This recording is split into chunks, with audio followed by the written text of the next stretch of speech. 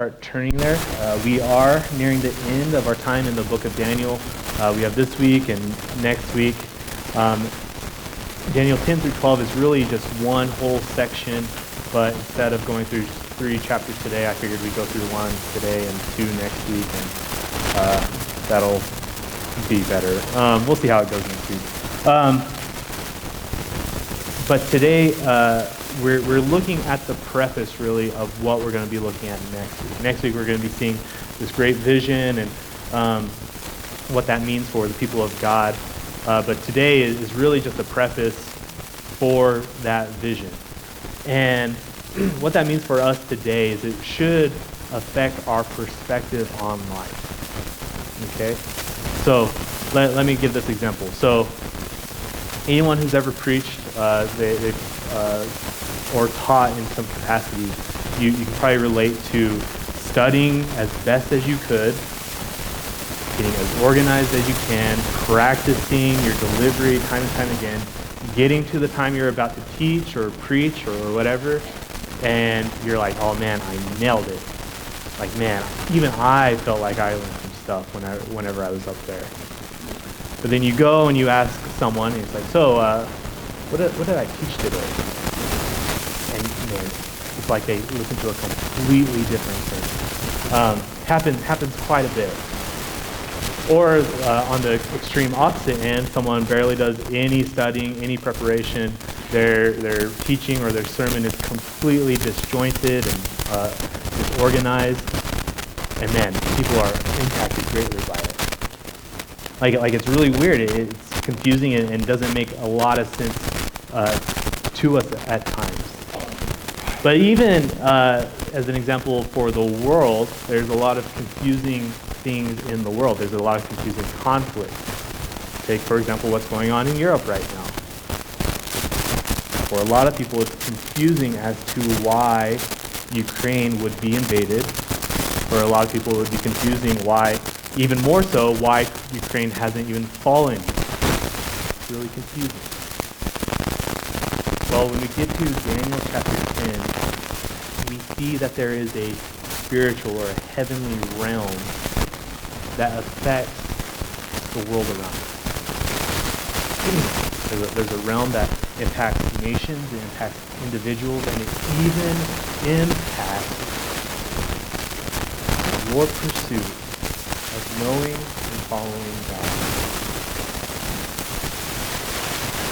So in light of this reality, how should the people of God be? How should you, church, when it comes to knowing that there's a realm, a heavenly realm that affects you and the world around you, how should you respond? Well, we'll see that today. So let's go ahead and pray, and then we'll read the first 3 verses of chapter 10. Father, I just pray for this time. I pray that you open our hearts and our minds to your word. I pray that this isn't just a time of things that we need to start doing or anything like that, but really it's a time of teaching. I pray that we see you in this passage, that we understand who you are, and we live according to that. Convict us, transform us, and have there be worship this morning through this transformation. I'll pray all this in the Son's name. So let's go ahead and read the first 3 verses of chapter 10. In the 3rd year of Cyrus, king of Persia, a word was revealed to Daniel, who was named Belteshazzar. And the word was true, and it was a great conflict. And he understood the word and had understanding of the vision. In those days, I, Daniel, was mourning for 3 weeks. I ate no delicacies, no meat or wine entered my mouth, nor did I anoint myself at all for the full 3 weeks. So in verses 2 and 3, we see Daniel speaking, and he's giving this account of his life. And, he's not jumping on his bed with delight or super excited or happy, right? He's mourning. In fact, he's mourning to the point where he's fasting. He's not eating meat. He's not drinking wine. He's not even taking care of himself. He's in a dry climate, and so usually people put oil on their bodies to stay, not affected by the dry climate. He's not doing any of those things. He's incredibly sad and anguish. And for us to understand why, we need to understand what is going on historically with the people of God at this time. So I'm going to read from Ezra chapter 1. You don't have to turn there, but just pay attention to what's going on here. It says in Ezra 1:1-4, "In the first year of Cyrus, king of Persia, the word of the Lord by the mouth of Jeremiah might be fulfilled. The Lord stirred up the spirit of Cyrus, king of Persia, so that he made a proclamation throughout all his kingdom and also put it in writing. Thus says King Cyrus of Persia, the Lord, the God of heaven, has given me all the kingdoms of the earth, and he has charged me to build him a house at Jerusalem, which is in Judah. Whoever is among you of all his people, may his God be with him, and let him go up to Jerusalem, which is in Judah, and rebuild the house of the Lord, the God of Israel. He is the God who is in Jerusalem. And let each survivor, in whatever place he sojourns, be the God who is in Jerusalem. And let each survivor, in whatever place he sojourns, be assisted by..." Did I just read that? My bad. "Be assisted by the men of his place with the silver and gold, with the goods and with the beasts, besides freewill offerings for the house of God that is in Jerusalem." So, we see in Ezra chapter 1 that this decree in the first year of Cyrus goes out. The people of God at this point have been in exile for 70 years, meaning they were taken away from their homeland, they were taken out of Jerusalem, and they were brought into a foreign land. Now just imagine for a minute, 70 years, that's quite a while, especially for this time. And so many people, once they get to Daniel in chapter 10, they've never known their homeland. Imagine, they've probably heard stories of how great the old promised land was. They've probably heard about how there was this temple where they could go and worship God. How this was a great nation. And they lived for those 70 years or whatever, thinking, man, I've heard these great stories, but I'll never get to see them. But then the first year of Cyrus was this proclamation saying they can go back, they can go and build that temple. Imagine for a minute the excitement and joy of this thing that you have only heard stories of, you're going to get to go back and do, be a part of. Well, if you're familiar with the book of Ezra, you know it doesn't end, or it doesn't, it's not always, it's a bumpy road, right? When we get to Daniel chapter 10, it's the third year of Cyrus. It's 2 years after this proclamation. And at this point, there's hardship, there's pushback of the building of the temple, and the work has stopped.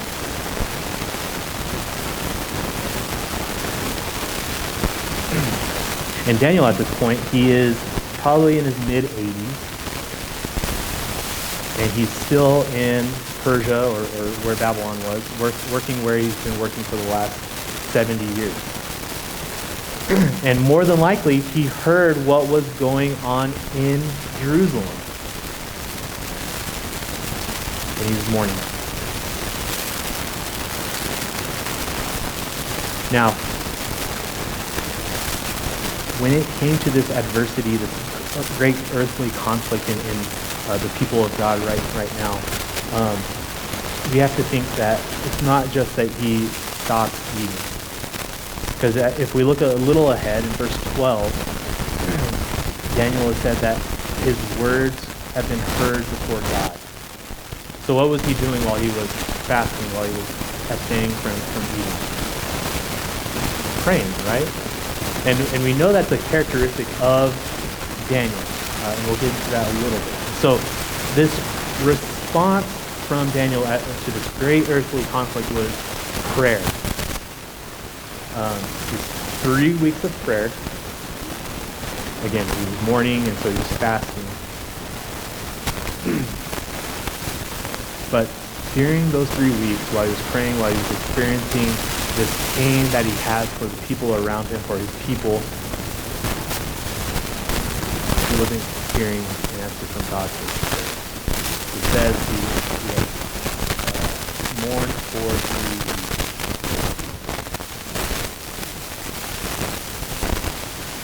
But after 3 weeks, he does finally hear him.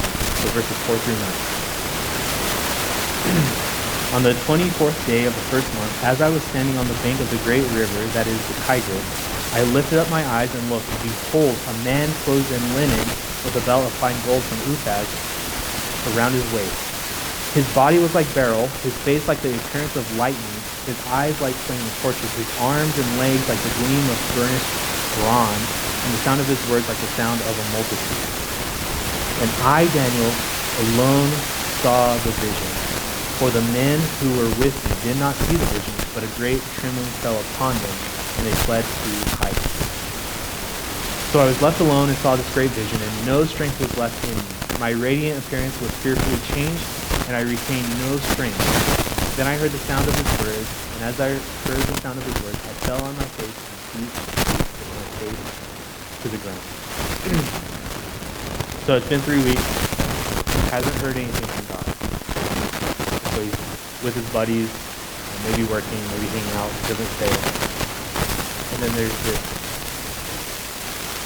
amazing figure coming before him. Like, it talks about him having the face of lightning. Like, this isn't just like, oh, his face is shining. Lightning face. Now, when it comes to this individual that comes and not only impacts Daniel greatly to the point where he's falling down and falling asleep, but also affecting the people who don't see him. When it comes to this individual, there's a few possibilities of who this is. And you can disagree with all of them. It doesn't affect the meaning of it, but we'll go ahead and talk about it a little bit. So, one possibility of who this great figure is that, like, affecting Daniel and his friends is just an angel. Some people lean towards that because later on, they think the same angel is still talking to Daniel, and there's some pushback in spiritual.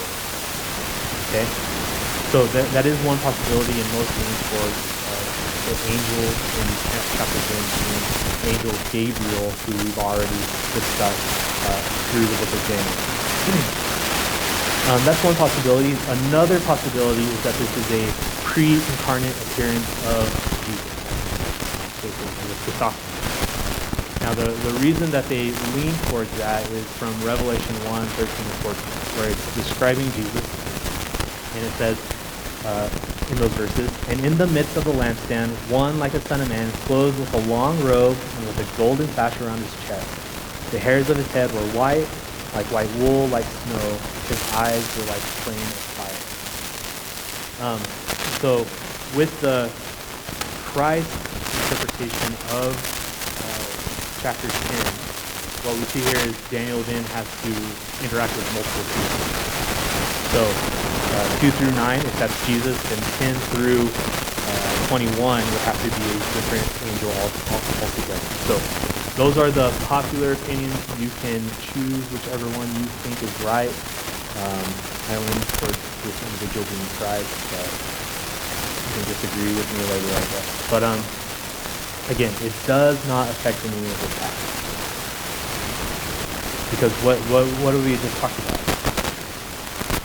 There's this hardship for the people of God. Daniel feels that in his bones. He's mourning. He's praying in the midst of it for 3 weeks. Like, can you imagine, like, some of us, we pray for one time and we give up. He's praying diligently for 3 weeks. Hasn't heard of him. But here, his prayer is good. And so this is a reminder for us to persevere in dependent prayer.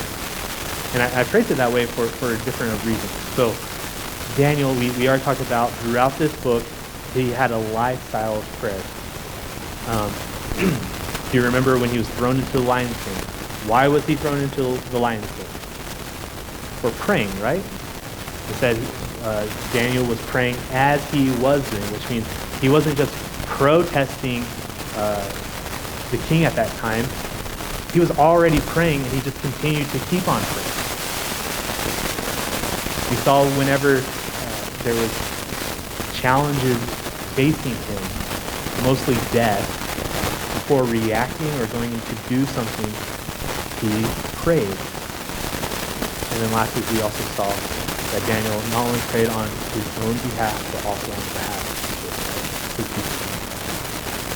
And so that was Daniel's lifestyle, and in this moment he saw prayer as essential.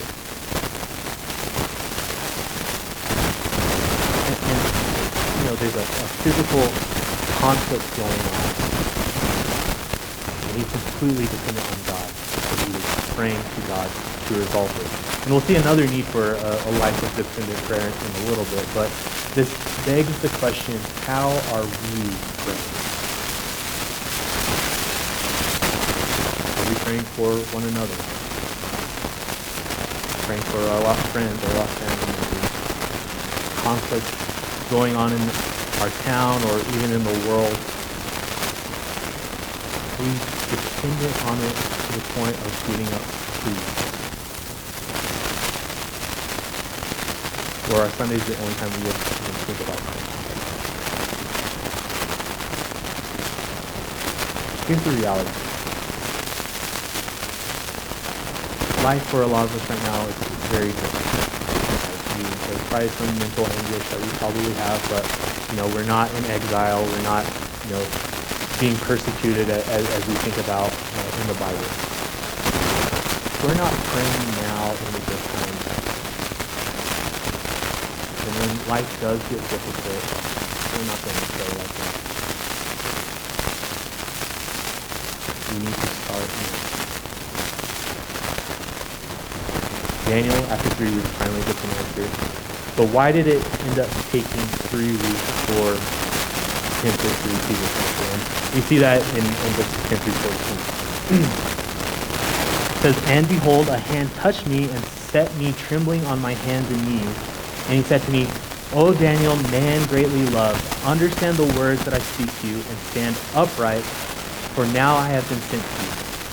And when he had spoken this word to me, I stood up trembling. And he said to me, Fear not, Daniel, for from the first day that you set your heart to understand and humbled yourself before your God, your words have been heard, and I have come because of your words. The prince of the kingdom of Persia withstood me 21 days, but Michael, one of the chief princes, came to help me, for I was left there with the kings of Persia, and came to make you understand what has happened to your people in the latter days. For the vision is 4 days yet to come." So this angel, again, it could be another angel, more than likely Gabriel. He comes and he tells them that I've come to answer what is going on right now. He says specifically in verse 14, to make you understand what is to happen to your people in the latter days. For the vision is for the days yet to come. And so when we get to chapter 11 and chapter 12, it's going to be another one of those, this is what's going to happen for God's people in Israel in the days to come. But notice a couple of things that this angel says to Daniel. First, he reassures Daniel. Multiple times in this chapter, Daniel is scared. Like obviously, when you see that appearance in the first couple of verses, you would probably be scared as well. He's falling down on his face. He's falling asleep. He's falling down multiple times. And specifically, this angel says, "Fear not. Fear not, Daniel. You are greatly loved." In the midst of hardship, in the midst of persevering, or maybe not hearing answers or seeing things clearly, That's a great reminder for the people of God. You are greatly loved in your nation. Like, think of it this way. Many of us were believers, hopefully, and we understand that the gospel in and of itself is God's love for us, right? John 3:16, everyone knows it. For God so loved the world. Romans 5, God showed his love for us that while we were sinners, Christ died for us. If you feel like God is far off or not answering in your time frame, or as you're struggling with life and it's just blow after blow after blow, God of it doesn't make a lot of sense for a lot of us, but that is true. We see it here in Daniel, and we see it in other places such as Romans and John. And that should fuel our faithfulness. Our faithfulness in obeying Christ, but especially in prayer. You're talking to the God that loves you.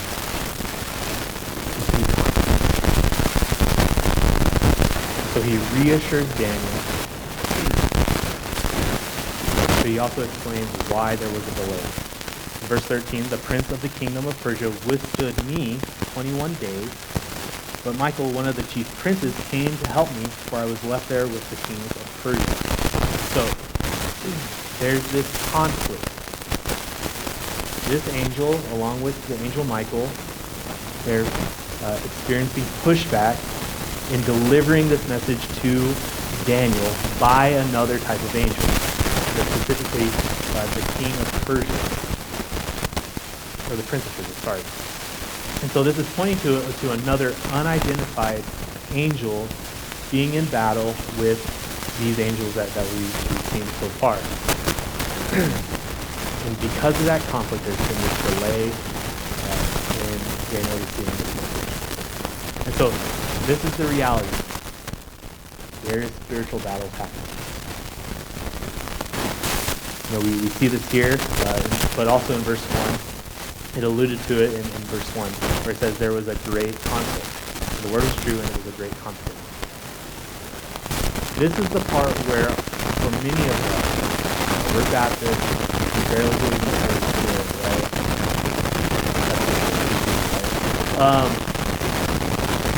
This is where, for many of us, our perspective needs to change. In the physical world, when there's conflict going on, when there's conflict in Europe, in Las Vegas, even in our own lives, spiritual conflict. As we'll see later, nations are identified with angels. They're battling the forces of God. The things that are going on right now, there's another realm we don't see that are battling. But even, as we can see, when it comes to our obedience or our pursuit to know and follow God, there's a spiritual battle. Because what was this battle affecting? Prayer. And prayer is one of our arsenals to combat spiritual things, right? But Ephesians 6, 10-18, it says, finally, be strong in the Lord and in the strength of his might. Put on the whole armor of God, that you may be able to stand against the schemes of the devil. For we do not wrestle against flesh and blood, but against the rulers, against the authorities, against the cosmic powers over this present darkness, against the spiritual forces of evil in the heavenly places. And then what does it say? Therefore, take up the whole armor of God, that you may be able to withstand in the evil day, having done all to stand firm. Stand therefore, having kept on the belt of truth, and having put on the breastplate of righteousness, and as shoes for your feet, having put on the readiness given by the gospel of peace. In all circumstances, take up the shield of faith, with which you can extinguish all flaming darts of the evil one, and take the helmet of salvation and the sword of the Spirit, which is the word of God. Praying at all times in the Spirit with all prayer and supplication. This church is a wrestling church. There's wrestling that you can trip on a wrestler in this church. Many of us, we're very disciplined in sports and wrestling and all that. We know how to choke people out and make them tap the eyes. Never wrestle, I don't know what they do. However, when it comes to following God, we're not battling in flesh and blood. You can't choke out. Like, think of this. Have you ever wondered why going to church is so difficult? Or a Bible study? Like, it's literally just an hour out of your week. Like many of us, it was probably hard to get up, right?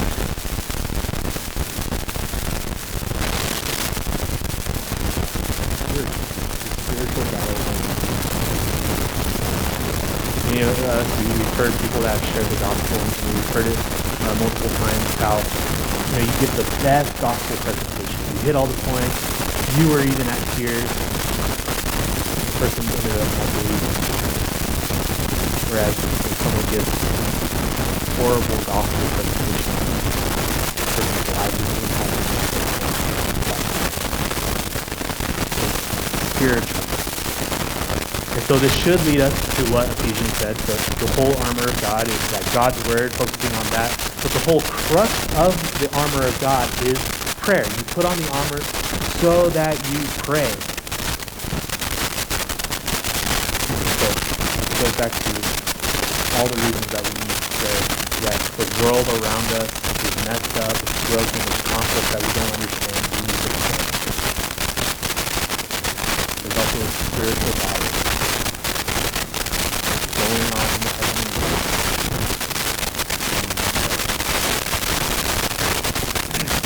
Now, the idea of spiritual warfare or whatever may make us a little dizzy like Daniel, but notice how this chapter ends.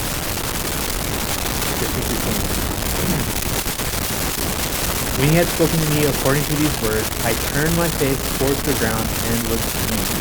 And behold, one in the likeness of children of men touched my lips. Then I opened my mouth and spoke. I said to him who stood before me, O my Lord, by reason of the vision, pains have come upon me, and I retain no strength. How can my Lord's servant talk with my Lord? For now no strength remains in me, and no breath is left in me. Again, one having the appearance of man touched me and strengthened me, and he said, O man greatly loved, fear not, peace be with you, be strong and of good courage. And as he spoke to me, I was strengthened and said, Let my Lord speak, for you have strengthened me.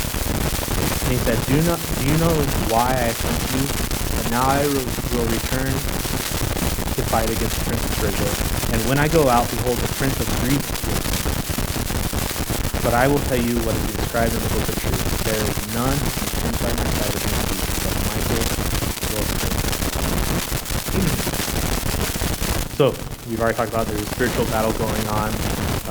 Gabriel, more than likely, and Michael, they're going to go back and they're going to fight Persia again. They will eventually fight Greece. You know, historically, that's what happens after Persia, as Greece comes in. But even though these angels were delayed, were they stopped by the evil forces? No. The evil forces didn't overcome them. We know how all spiritual battles will eventually end. With God being punished. You see this in the book of Revelation, right? Where Jesus, he's described as a sword coming from his mouth, feeding them with his word. Satan himself is thrown into the lake of fire, and there's even a new heaven and a new earth. We even see instances of that here in the God who knows all will overcome. He says that Greece will be coming, and he's going to tell what is described in the book of truth. I mean, God knows exactly what's going to happen. It's going to play out exactly as He says.